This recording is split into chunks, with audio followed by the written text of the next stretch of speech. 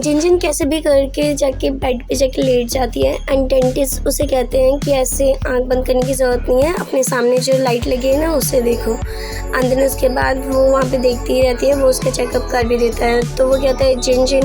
And then उसके बाद जब वो पीछे मुड़ के देखती है तो वो लिंगशा होता है एंड वो कहता है क्या तुम्हें मेरी वॉइस नहीं पहचान में आई? एंड शी वाज लाइक कि हाँ पहचान में आ गई थी। उसके बाद ये बाहर जाके बैठते हैं एंड वो कहते हैं कि तुम इतनी बड़ी हो गई लेकिन तुम्हें अभी भी डेंटिस्ट से डर लगता है। फिर उसे वही पास्ट की मेमोरी याद आती है जब एक बार और लिंगशा उसे डेंटिस्ट के पास लेके गया था। एंड उसके बाद वो यहाँ पे फिर इसे बाय बाय करके चली जाती है कि उसे स्टूडियो जाना है एंड वो वीचैट पे बात कर लेंगे। एंड तब यहाँ पे जिगी आता है और वो कहता है कि तुम्हें क्या जिनजिन के बिहेवियर में कोई चेंज नहीं दिख रहा?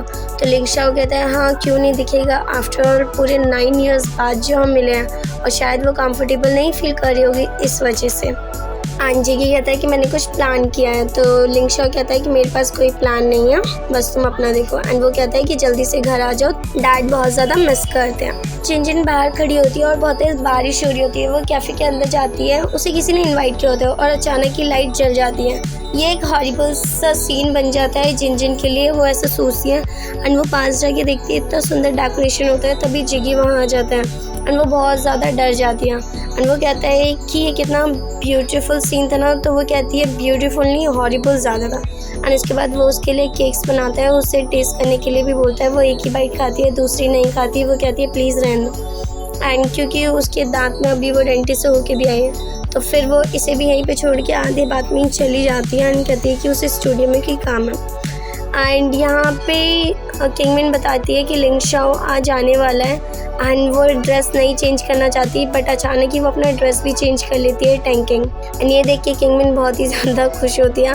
एंड उसके बाद ये डिशेस रेडी करते हैं। जब जिनजिन यहाँ पे आती है तो वो इन सबको कहते हैं कि आज तो मैं पूरी की पूरी सरप्राइज हो चुकी हूँ कि मैं अपने दोनों भाइयों से मिली। और वो कहती है कि मुझे बहुत ही वियर्ड फील होता है, आफ्टर 9 ईयर्स हम मिले हैं। एंड देन उनका बिहेवियर देख के एंड तब भी वहाँ पे लिंगशा आ जाता है कि इतना चिल्लाने की ज़रूरत नहीं है वरना तो तुम्हारे दांतों में फिर दर्द हो जाएगा।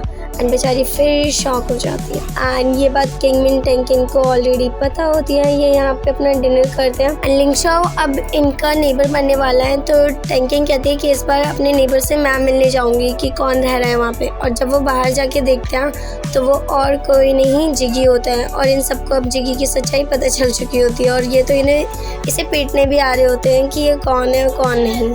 लिंगशा कहता है कि ये रूम मैंने रेंट किया था लेकिन तुमने झूठ बोल के कि लैंडलॉर्ड का रिलेटिव हो और तुमने ये रूम ले लिया। उसके बाद किंगमिन कहती है कि सुबह वाली बात किसी को मत बताना। इनके बीच में एक वियर्ड सा सीन हैपन हुआ था।